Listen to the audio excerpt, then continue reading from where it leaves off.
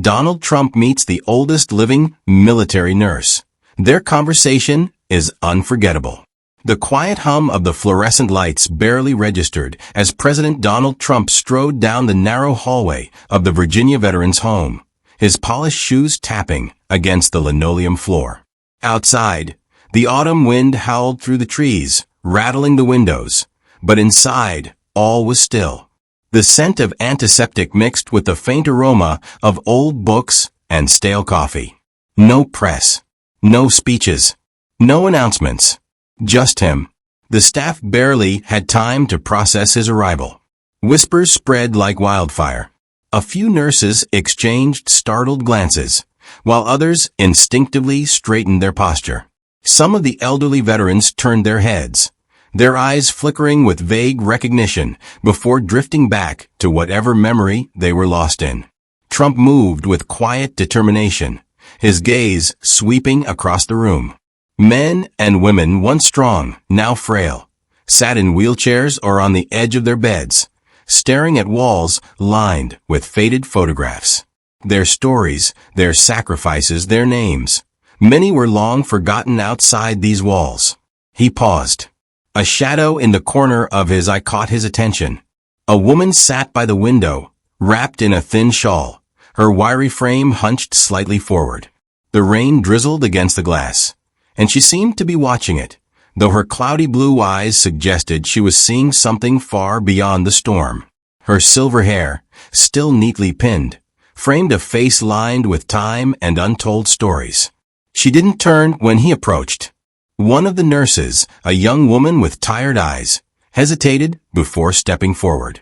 Her voice was barely above a whisper. "Mr. President, that's Margaret Callahan. She's 104 years old. Served in 3 wars. Saved more lives than anyone here, but no one ever visits her." Trump's jaw tightened. His eyes flicked back to the frail figure by the window. The weight of history settled on him in that moment. Not the history written in textbooks, but the kind that lived in forgotten corners of places like this. Margaret Callahan. 3 wars. Hundreds of lives. And yet here she sat. Alone. His expression darkened. Without hesitation, he stepped forward and entered the room. Trump took a step closer, but the woman by the window didn't stir. The faint sound of the rain tapping against the glass seemed to hold her in a trance. Her bony fingers gripped the armrests of her chair, her breath slow and steady. He waited for her to acknowledge him, but she didn't move. "Maggie." His voice was low, careful. Her head turned slightly at the sound. Her eyes, pale and unfocused, blinked once. She studied him, or at least tried to. There was a long pause before she spoke, her voice rough with age. "I know that voice," she murmured. "You sound like someone important." Trump chuckled softly, kneeling beside her chair. "Just a visitor tonight. Someone who wants to hear your story." Maggie's lips curled into a half smile, thin and tired. "No one's asked in a long time," she said. Her fingers twitched against the fabric of her shawl, as if drawing something from memory. Trump remained still, waiting. At first, her words came hesitantly disjointed, as if she wasn't sure where to begin. "France," she muttered, almost to herself. 1944, field hospital outside St. Lo. Blood everywhere. They just kept coming, no time to think, no time to breathe.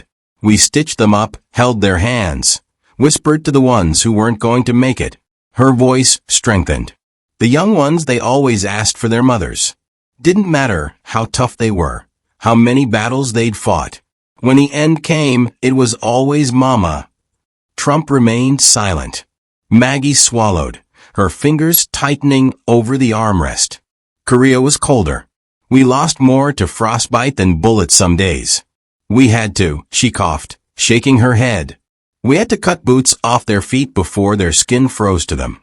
And when we evacuated under fire, we left behind more than we saved. Her breathing grew uneven, but she didn't stop. Vietnam was different. Her voice dropped to a whisper. Hot, loud, endless. I saved a Marine once with nothing but shoelaces and a half-empty morphine vial. His leg was gone, but I tied off what was left and prayed to God he'd make it through the night. He did.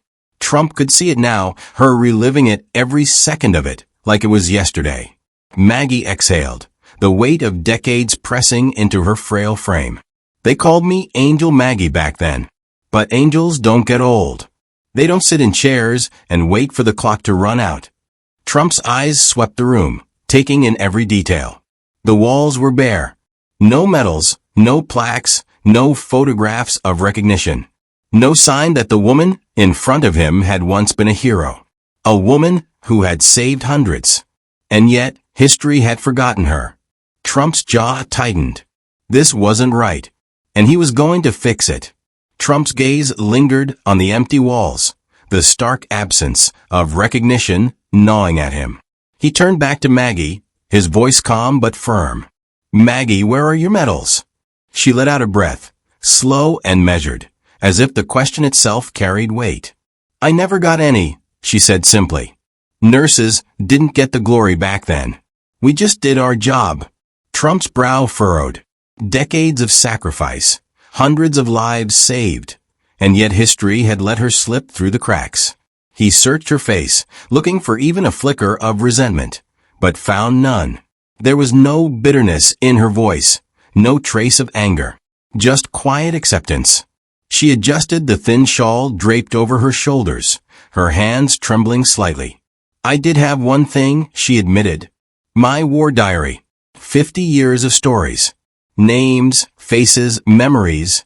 Her lips pressed together. But it was lost when I moved here. Trump's jaw tightened. Maggie must have noticed, because she offered a weak smile, a tired attempt at reassurance. Doesn't matter now. No one cares about an old war nurse. Trump leaned forward, his voice steady. I care. She stopped. The casual indifference she had worn like armor cracked, just slightly. Her faded blue eyes lifted to meet his, really looking at him for the first time. Not as the president. Not as the most powerful man in the country. But as someone who was listening. Someone who wasn't letting her fade into the background.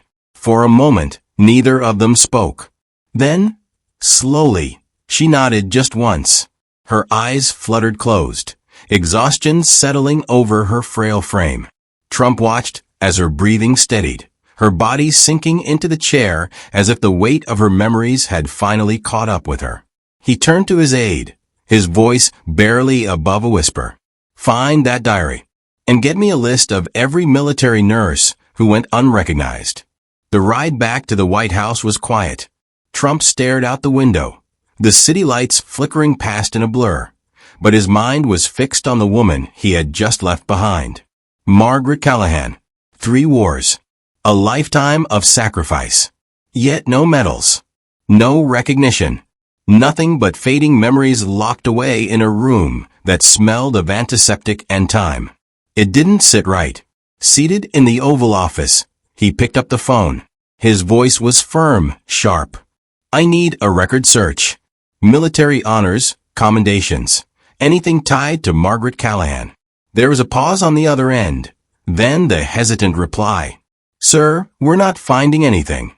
No official record of medals or awards. It's like, the aide hesitated. It's like she was never there. Trump leaned back in his chair, fingers tapping against the desk. He had seen the way Maggie spoke, the way she carried those memories, the names, the pain. That wasn't the kind of thing a person imagined. She had been there. She had done the work. So where was the proof? Hours passed.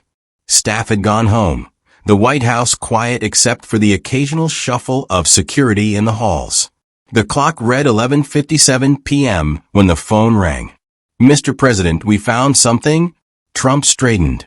Buried in an old military archive. A handwritten note from 1953. The aide cleared his throat, reading aloud. Nurse Callahan Award recommendation. Never processed. Silence hung in the air. Trump exhaled, slow and deliberate. We're going to fix this. The invitation arrived without warning, a formal envelope with a White House seal pressed into the paper. Maggie turned it over in her frail hands, frowning. It had been decades since she'd last been inside those walls. She assumed it was some routine event, another veteran recognition ceremony where they would line up the old ones, shake their hands, and thank them for their service. She had no intention of making a fuss. The day arrived crisp and cool, the autumn breeze tugging at the blanket draped over her lap as they wheeled her into the grand building.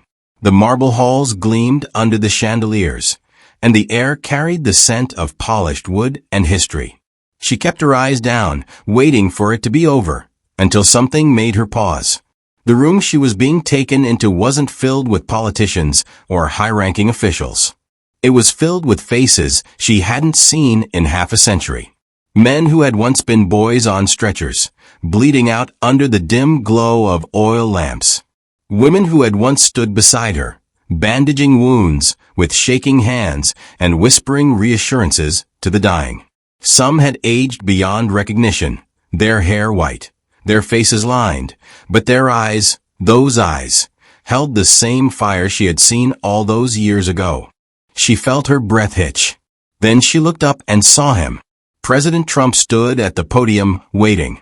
His expression was unreadable, but his presence filled the space, commanding yet quiet, like he understood the weight of what was about to happen. The murmurs died down as he began to speak. Some people go their whole lives, without recognition, without applause. They serve not for medals or headlines, but because it is the right thing to do. His gaze swept the room, then settled on her. And sometimes, history fails them. Maggie's fingers curled around the arms of her wheelchair. The silence stretched, heavy with something unspoken. But tonight, Trump continued, his voice firm, "We fix that." A gasp rippled through the crowd as an aide stepped forward, carrying a small blue box. Trump took it in his hands, moving toward her, his expression softening in a way she hadn't expected. "For your unwavering courage in the face of war, for the lives you saved, the sacrifices you made, and the battles you fought without ever carrying a rifle," he said, "it is my honor to award you the Presidential Medal of Freedom." The room blurred. She felt the weight of the medal as he placed it around her neck, but her hands trembled too much to reach for it. For so many years, she had convinced herself it didn't matter, that the past was the past, that she had done what she could, and that was enough. And yet here it was. The applause was deafening, but she barely heard it. A shadow moved in front of her, and she looked up to find a man standing there, tall and steady despite the cane in his hand. He wasn't as young as he had been in Vietnam, but the recognition hit her instantly. "Maggie," he said, voice thick with emotion. "You held my hand when I was dying." Her throat tightened. "I made it," he whispered. "Thanks to you." For the first time in years, Maggie let the tears fall. The applause was still echoing through the grand hall when Maggie felt her breath start to steady, the weight of the medal warm against her chest. It should have been the moment to close her eyes, to let it all settle. But something about the way Trump remained standing told her it wasn't over. An aide stepped forward, holding something carefully, almost reverently. It was small, worn, leather-bound. Maggie's heart stopped. Her diary. The room faded around her. The hum of voices, the golden glow of the chandeliers, the polished floors beneath her chair. All of it disappeared. The only thing that existed was the book in that man's hands. 50 years of her life. Names, places, faces. Some gone, some still alive, but changed. Her hands trembled as she reached for it, running her fingers over the cracked spine. The edges of the pages yellowed with time, but still intact. "How?" Her voice barely made a sound. Trump stepped forward, his gaze steady. "We found it in a storage unit. Preserved." Her throat tightened, 100 emotions pressing down on her chest. "I thought it was lost," she whispered. He nodded. "So did history?" Maggie clutched the book to her chest, her breath uneven. She had spent decades believing that everything she had witnessed, everything she had fought to remember, had vanished with time. But now here it was, not forgotten, not erased. She turned to Trump, her voice hoarse. "Mr. President, why did you do this for me?" For a moment he didn't speak. Then, with the quiet confidence of a man who understood the weight of his words, he said, "Because you remembered them, even when the world forgot. Now, we remember you." Maggie's fingers tightened around the diary, her vision blurring. She had been ready to fade, to let time take what was left of her. But now, for the first time in years, she felt whole. A single tear slipped down her cheek as she whispered, "You remembered me when the world forgot." Please click on one of the videos on your screen to watch another story celebrating the human spirit. If you enjoy meaningful stories, please subscribe to the channel so that you don't miss out on our latest uploads. Thanks for being a part of Unbroken Stories.